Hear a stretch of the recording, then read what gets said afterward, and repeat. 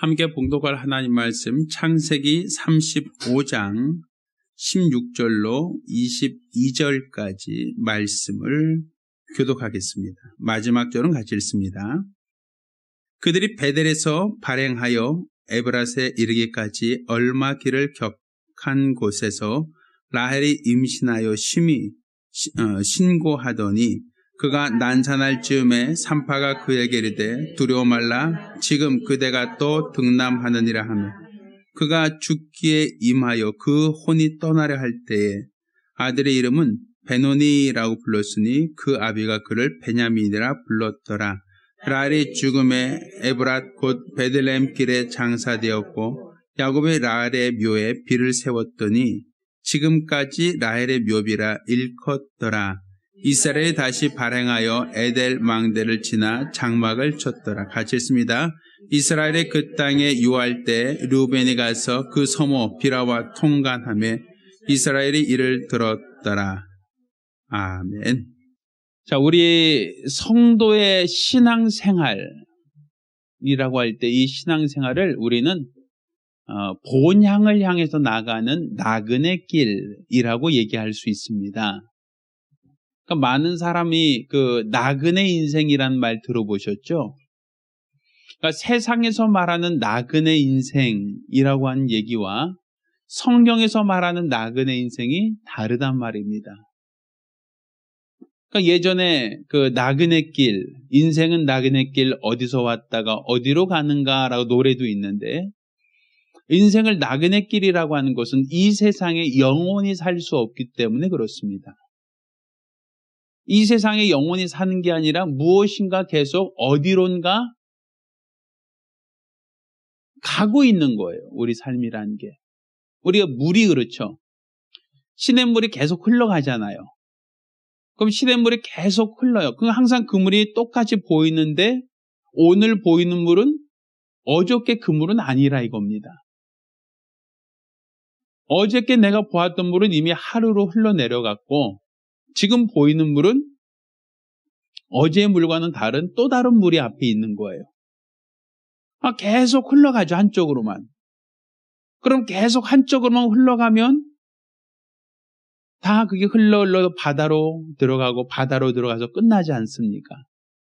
그러니까 산에 있는 모든 물들은 계곡을 거쳐서 바다로 향해서 가듯이 모든 사람들은 다 태어나지만 태어난 모든 사람들은 다 죽음이라고 하는 곳을 향해서 다 간단 말입니다. 그러니까 마치 우리가 그렇죠. 우리가 우리나라에도 강이 많잖아요. 한강도 있고 낙동강도 있고 무슨 강도 있고 무슨 강도 있고 강들이 많은데 결국 그 강들은 다 흘러 다 어디로 가요? 바다라고 하는 곳으로 흘러 들어가죠. 바다. 그러니까 어느 강이나 마찬가지예요. 시냇물도 마찬가지고요. 조그만 개천과 시냇물이 흘러서 큰 강이 되고 강이 흘러서 또다시 바다로 들어가고 또 낙동강도 마찬가지고 두만강도 마찬가지고 압록강도 마찬가지고 다 흘러서 결국에는 다 어디로? 바다로 흘러가듯이. 그런데 그 상수원은 같아요? 달라요? 다를 수 있죠. 한강의 상수원은 예를 들어서 어디라고 그러죠? 팔당 더 위에 올라가서 그쪽에 있겠죠? 남한강 줄기와 또 북한강 줄기가 다르니까. 이렇게 시작점은 다를 수 있어요. 시작점은 다르지만 결국에는 다 흘러서 바다로 가듯이 사람들이 태어나서 각각 다른 부모에게서 태어나요. 그렇지만 결국에는 다 흘러 어디로 가요? 죽음이라고 하는 곳으로 흘러 들어간단 말이에요. 그건 누구도 한 사람도 예외가 없어요. 모든 사람이 가는 길이에요. 모든 사람이 이 길을 예외를 둘 수 없는 거예요. 그러니까 사람들이 태어났다라고 해서 그걸로 끝난 것이 아니라 지금 태어나서 어디로 향해서 가고 있는 거예요? 바다를 향해서 가듯이 우리는 인생을 점점 나이를 먹고 낡아져가고 결국 죽음으로써 모든 사람이 끝나는 거예요. 그러니까 이런 것을 우리가 나그네 인생이라고 표현한 나그네 인생. 나그네 인생이라는 것은 결국은 우리가 어느 한 목적지를 향해서 계속 가고 있는 것인데 그 가고 있는 것이 끝이 있다라는 얘기예요. 끝이. 그래서 우리가 옛날 사람들이 우리나라 묘자리 보면 어떻게 돼 있냐면 우리나라는 요즘에는 뭐 이렇게 화장을 많이 하시기 때문에 요즘 매장하시는 분들을 잘 몰랐지만 예전에 그 매장하는 분들 보면 저희 그 선산이라고 있죠. 저희 할아버지나 할머니 선산 보면 이렇게 돼 있어요. 나무를 이렇게 베면서 이런 둔턱을 만듭니다. 그리고 여기 이제 비가 내릴 때 빗물이 다 옆으로 그 빠져나가도록 둔턱을 만들어요. 그리고 여기다 이제 묘를 이렇게 만들죠. 묘. 동그랗게. 그렇죠? 근데 묘를 만들 때 이 위쪽으로 해서 약간 이렇게 볼록 튀어나온 거 있었죠? 예, 그렇게 돼 있잖아요. 묘가 대부분 이런 모양이죠? 자, 이게 뭘 말하냐면 이게 그 어머니의 그 자궁이거든요, 이게. 쉽게 표현해서. 왜 자궁이에요? 거기서 나왔으니까. 사람들. 그러니까 거기가 가장 편하다고 보는 거예요. 그러니까 우리나라 묘는 다 이렇게 가장 사람이 죽으면 안식한다. 사람이 죽으면 가장 편한 대로 돌아가게 하기 위해서 묘를 이런 식으로 썼어요. 우리나라에서는. 그러니까 결과적으로는 다 고향산촌으로 돌아가서 자기 선산을 두고 거기서 매장되기도 했었죠. 옛날에는. 그러니까 거기가 우리가 가야 할 마지막 종착점이다라고 생각하는 것인데 결국은 거기까지 가기까지는 사람이 태어나서 한평생 살다가 어느 한순간에는 반드시 여기로 들어오는 거예요. 그게 저에게만 해당된 게 아니라 모든 사람에게 공통 부모란 말입니다. 그렇지만 여기 들어온 사람은 또다시 나가요, 안 나가요? 나갈 일이 있어요, 없어요? 여기가 마지막 종점이란 말이에요. 그래서 죽음이라고 하는 것이 종점이라고 얘기하는 거예요. 죽음이 끝이죠. 그런데 이스라엘 사람들은 조금 달라요. 이스라엘 사람들은 죽음에서 끝나는 게 아니라 묘에 들어가서 끝나는 게 아니라 그 다음이 또 있다라고 얘기한단 말이에요. 그러니까 이스라엘 묘는 우리나라처럼 이렇게 어머니의 모태를 형상화 두지 않아요. 그럼 어디에 형상화 두는가 하면 이스라엘 사람들은 굴에다가 묘를 써요. 굴 아시죠? 굴. 그래서 예수님께서도 막벨라 굴 이렇게 장사됐잖아요. 굴이라는 것은 그 나라는 그 돌이 화강암처럼 딱딱한 돌이 아니라 태저감처럼 모래가 쌓여서 다져져서 생긴 그러한 토양이 많아요. 그러다 보니까 그러한 토양들은 이 연장으로 곡괭이 같은 거 파면 굴을 팔 수가 있어요. 그래서 돈 많은 사람들은 이 굴을 파요. 이렇게 땅을. 그래서 거기다 이제 가족묘를 두는데 제가 예전에 성지순례 갔을 때 보니까 진짜로 동그란 돌을 무덤 입구에다 딱 막아놔요. 그리고 사람들이 죽으면 이 돌을 굴려요. 옆으로. 그럼 구멍이 나오잖아요. 그럼 그 구멍 안으로 들어갈 수 있게 돼 있어요. 이렇게 구멍. 이 구멍이면 이제 돌을 굴려서 입구를 막았다가 돌을 굴려서 다시 입구를 열어요. 그럼 이 안에 가족묘. 한 사람 묘가 아니라 여기는 여러 사람들의 묘를 같이 써요. 자, 그런데 이 묘를 어떻게 쓰냐면 보편적으로 얘기할 때 이 안으로 들어가면 이 그러니까 널쩍한 돌이 있어요. 널찍한 돌.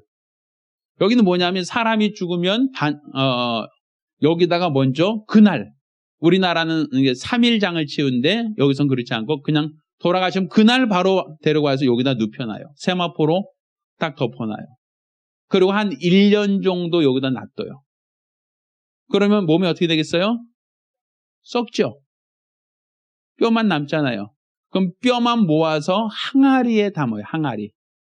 항아리 크기는 얼마나 하냐면 우리 대퇴부에서 무릎까지 요게 우리 몸에서 제일 긴 뼈랍니다. 요 환도에서부터 이 넓적살뼈 있잖아요. 이게 우리 몸에서 제일 긴 뼈예요. 그러니까 요 기준으로 해서 항아리가 돼 있으니까 항아리가 크기가 크지 않죠. 조그마죠. 거기다가 이 뼈를 다 수습해서 집어넣어요. 그리고 이 항아리만 한쪽에 그 항아리만 쌓아두는 데가 있어요. 이렇게 항아리만 이렇게 쭉 쌓아놔요. 그럼 결국에는 그 항아리 중에는 아버지 항아리도 있을 거고 할아버지 항아리도 있을 거고 증조부 할아버지 있을 거죠. 이거를 성경에는 열조에게로 돌아가느니라 이런 표현 쓰는 거예요. 열조에게로. 그런 말 들어보셨어요? 조상에게 돌아간다. 그러니까 조상이 실제로 돌아가는 거예요. 왜? 거기에 할아버지도 있고 아버지도 있고 증조부도 있고 이렇게 항아리가 쌓여 있으니까 그 위에 죽은 사람을 요 항아리 위에다 딱 하나 올려놓으니까 진짜 돌아갔지 돌아가기는 뼈가. 그렇죠? 이걸 열조에게로 돌아갔느니라 라는 표를 쓰는 거야. 이 얘기를. 그럼 결과적으로 이제 몸, 뼈 따기만 요 안으로 들어가서 그걸 끝나는 것이냐. 여기 들어간 뼈는 다시 나와요 안 나와요? 다시 살아나오지 않겠죠? 그걸 끝나는 인생이냐 하면 그건 아니라는 거예요.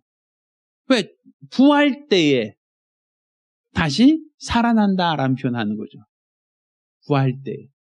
그러니까 부활 때 살아난다라고 하는 얘기는 결국에는 죽음으로 끝나는 게 아니라 죽음 이후에도 또 다른 시작이 있다라는 얘기겠죠.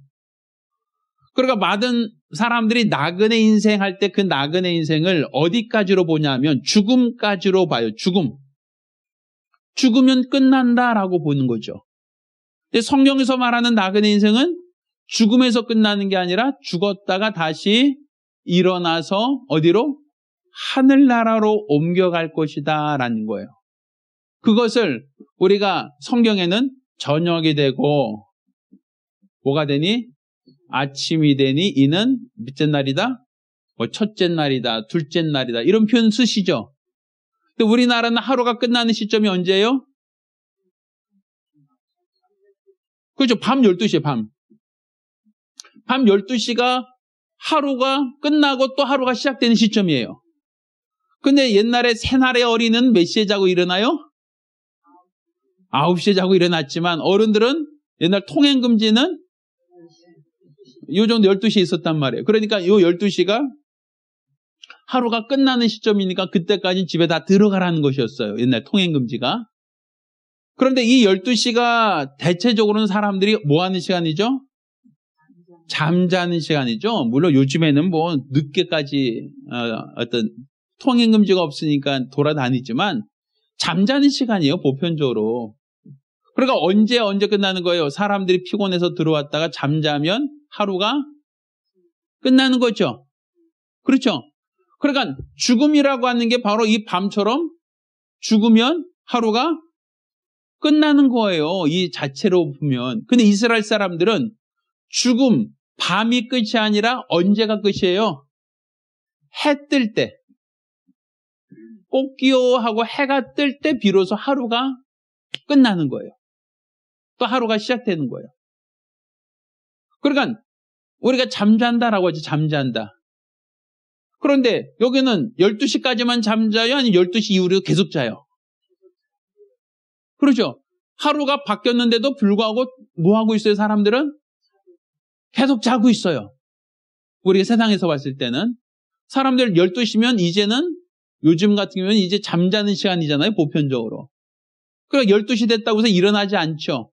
그러니까 잠자던 사람들이 계속 자는 거로 끝나잖아요. 하루가 바뀌어도 계속 자. 그러니까 사람들은 죽음이라는 것은 뭐예요?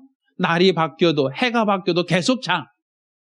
그러니까 그 죽음은 못 일어나는 거예요. 쉽게 변해서. 근데 이스라엘 사람들은 하루가 바뀌면 해가 뜰 때 새로운 날이잖아요. 그럼 푹 자. 밤이니까. 푹 자다가 해가 딱 뜨는 순간에 뭐라 그래요? 일어나 한단 말이에요. 일어나. 그러니까 이스라엘 사람들은 죽음의 끝이 아니라 뭐가 끝이에요? 일어나가 있단 말이에요. 또다시 일어나. 죽은 자가 다시 일어난다는 소망이 있는 거예요. 그래서. 그러니까 밤이 기준일 때는 자다가 계속 자잖아요. 계속 자. 그렇죠. 12시니까. 이스라엘 사람들은 계속 자다가 날이 바뀌었으면 뭐 해요? 일어나. 또 우리 잠자는 사람도 지금은 자지만 다른 날이 되면 뭐 해요?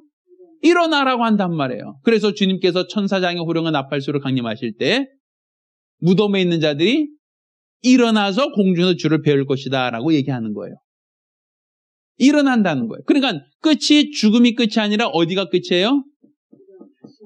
다시 일어나서 다른 곳에 가는 것. 이게 끝이에요. 이 다른 곳이라는 게 어디냐? 여기가 어디냐? 바로 거기가 약속의 땅이다라는 거죠. 약속의 땅.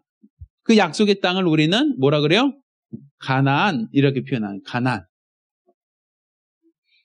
자, 그러니까 이스라엘 사람들이 자 애굽에서 종살이 하다가 애굽에 있을 땐 종이었어요. 종. 자, 그들이 애굽에서 출애굽했습니다. 자, 가장 먼저 뭘 건너요? 홍해를 건너. 홍해. 홍해라고 하는 바다를 건넜죠? 자, 그러면 홍해를 건너서 그들이 어디에 도착했어요? 광야에 도착했죠. 광야. 네? 근데 광야가 그들이 갈 목적지였어요? 아니에요? 아니죠. 그럼 어디였죠? 광야에서 40년 있다가 어디로 들어갔어요? 요단강을 건넜죠. 요단강.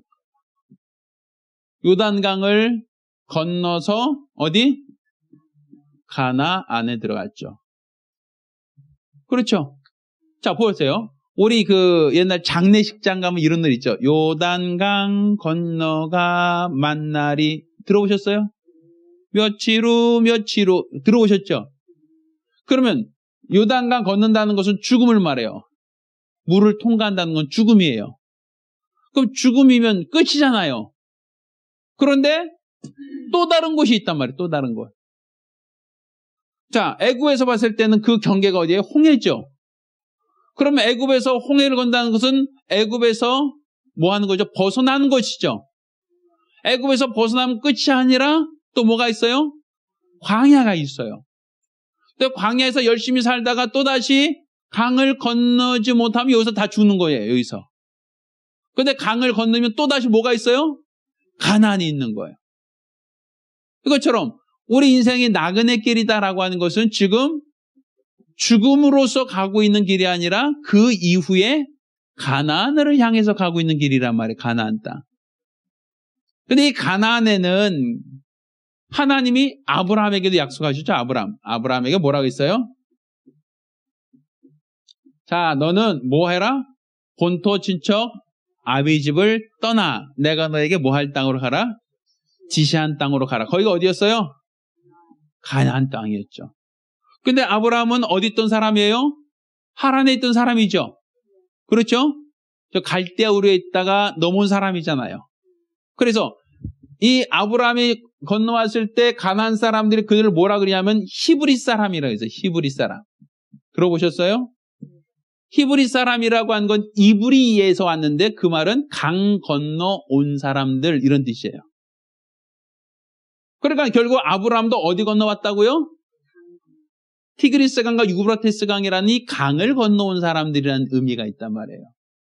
그들도 강을 건너서 결국에는 가나안 땅으로 들어온 사람들이에요. 그렇죠? 그래서 여기에 계속 살라는 거예요. 하나님께서 아브라함에게.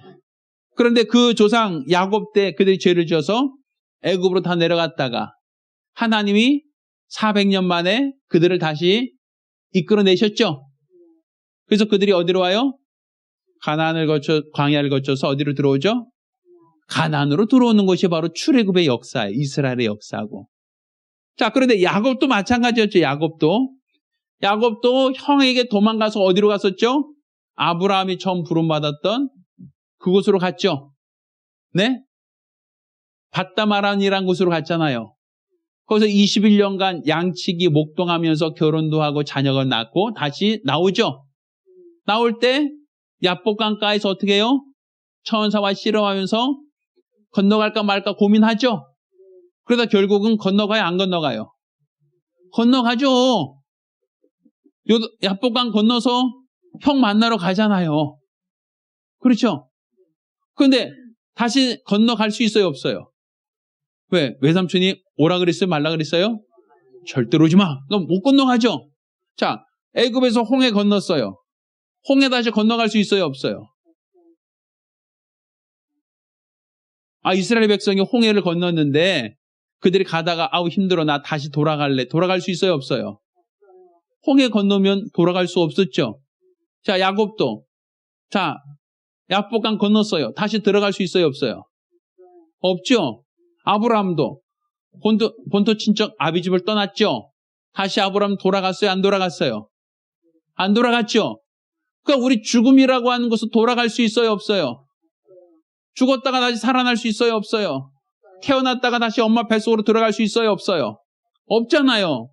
그러니까 모든 인생은 다 일방통행, 한쪽 길로만 갈 수 있어요. 나올 수는 있어도 들어갈 수는 없는 길이에요. 아브라함이 나온 길도 다시 돌아갈 수 없고, 야곱이 나온 길도 다시 돌아갈 수 없고, 모세가 출애굽한 이 길도 다시 돌아갈 수 없고, 어디로만 갈 수 있어요? 목적지로만 갈 수밖에 없어요. 한쪽 방향으로만 가능한 길이란 말이에요. 그러면 이 약속의 땅은 누구나 다 갈 수 있느냐 하면 그건 아니라는 거예요. 이스라엘 백성이 애굽에서 출애굽해서 홍해 건널 때는 100% 다 건넜어요. 그런데 광야에서 40년 있으면서 요단강을 건너 가나안으로 들어간 사람은 누구죠? 여호수아와 갈렙밖에 없어요. 나머지는 어디 있어요? 이 40년 동안 여기서 다 죽었단 말이에요. 광야에서. 아니 다 나왔으면 다 들어가는 게 아니라 일부 여기 못 들어가고 남는단 말이에요. 광야에서. 그렇죠? 그러니까 여기는 어떤 사람만 들어가요? 정탐꾼 12명이 정탐하고 와서 10명은 여기 못 들어갑니다 했던 사람 들어가요? 못 들어가요? 못 들어가요. 들어갈 수 있습니다라고 고백했던 여호수아와 갈렙만 들어갔죠. 그러니까 여기는 결국에는 어떤 사람만 들어간다고요? 믿음 있는 사람만 들어가요. 하나님을 불평하던 사람, 하나님을 원망하던 사람, 하나님을 시험하던 사람 다 광야에서 죽었죠.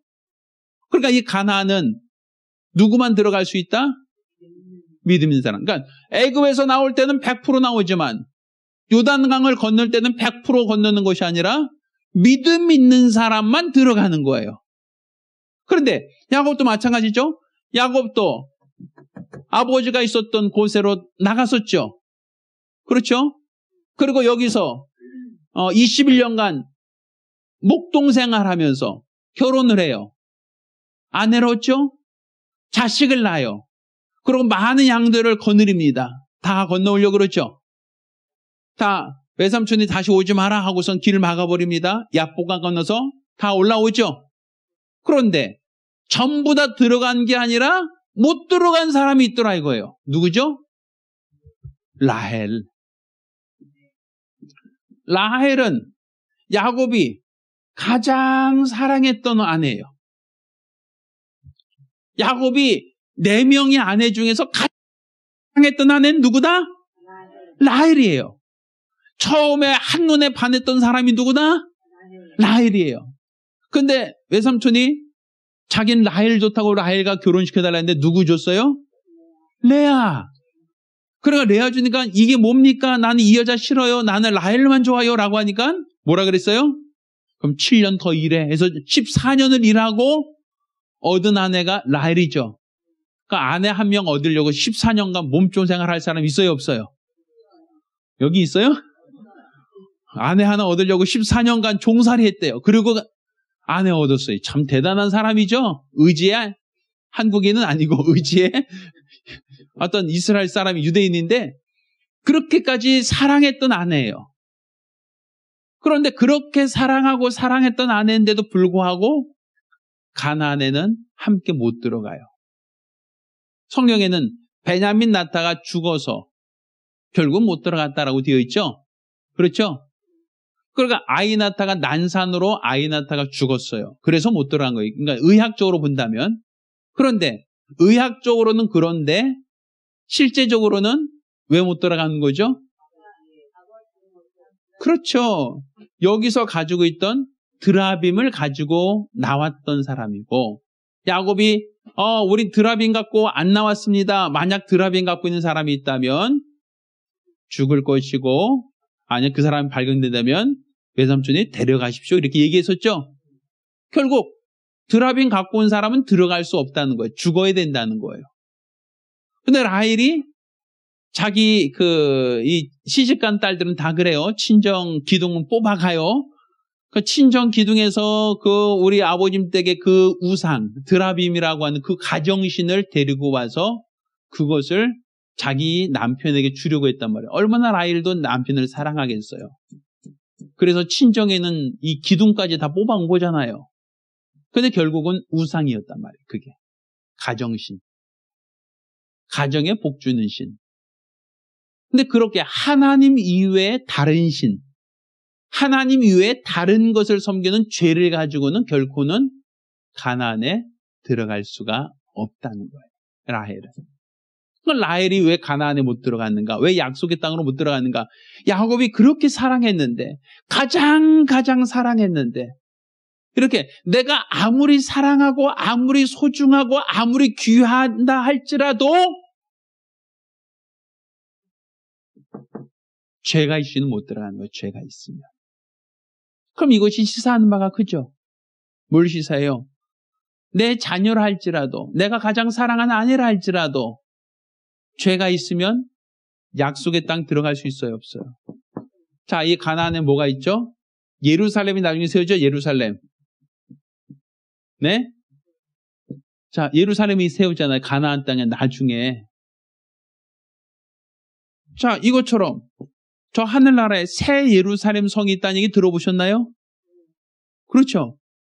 그럼 여기 예루살렘과 저 하늘나라의 새 예루살렘은 이 땅에 있는 것이 하늘나라의 모형, 비유란 말이에요. 이 땅에 있는 것이. 결국 이 땅에서 이 모형이라는 것은 너희가 종살이 하던 너희가 홍해를 건너서 어디로 가는 나그네 인생이다? 죽음을 향해서 가는 나그네 인생이라면 누구예요? 광에서 죽은 사람들 말하겠죠? 근데 너희는 여기까지가 목적지가 아니라 어디까지다? 가나안 땅, 약속의 땅이 너희 목적지라는 거예요. 그러니까 믿음이 없으니까 다 어디서 죽는다 생각하는 거예요? 광야에서 죽는다라고 생각하는 거예요. 믿음이 없으니까.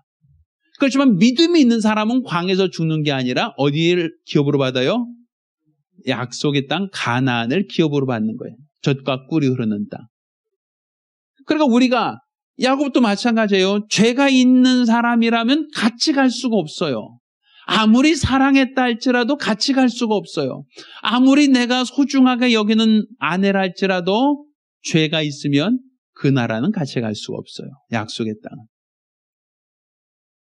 그러니까 우리가 이 가나안을 하나의 모형과 비유로 본다면 우리가 지금 나그네 인생이라고 할 때 이 나그네 인생은 죽음까지가 아니라 죽음으로 끝나는 나그네 인생이 아니라 우리는 지금 어디로 향해서 하나님 나라를 향해서 천국을 향해서 나가는 나그네 인생이다라고 얘기하는 거예요.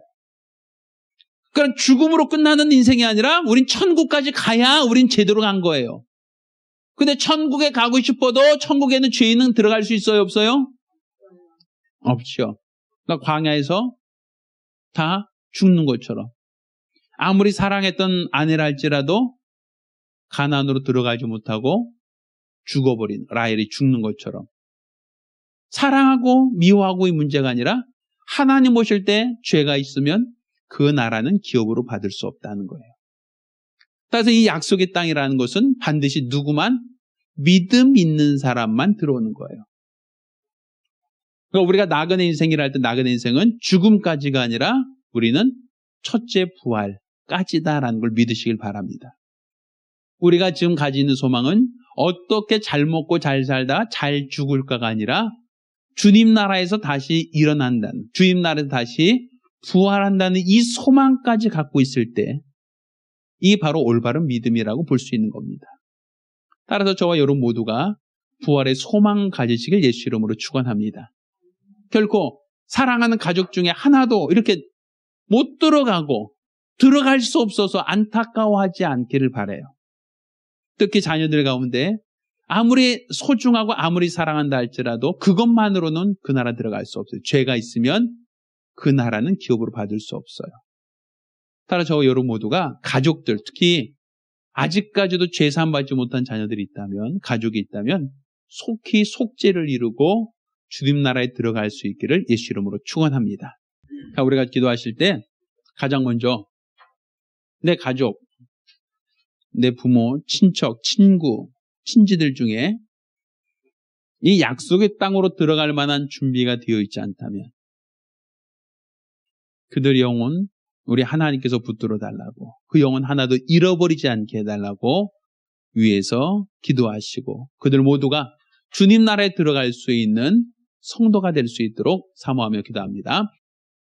은혜로우신 아버지 하나님, 우리가 이와 같이 하나님 말씀을 들으며 우리가 사는 인생이 나그네 인생이요, 본향을 향해서 나가고 있는 삶인 것을 깨닫게 도와 주시옵소서.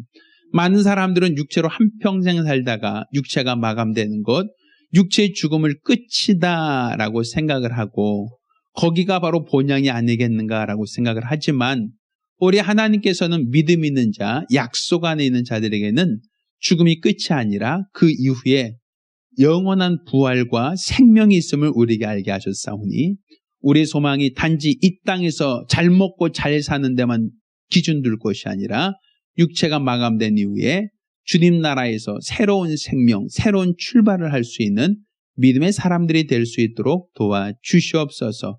어느 때라 할지라도 하나님의 기뻐하신 믿음으로 사용되어질 수 있도록 도와주시옵소서. 감사드리며 살아계신 예수 이름으로 기도드렸습니다. 아멘.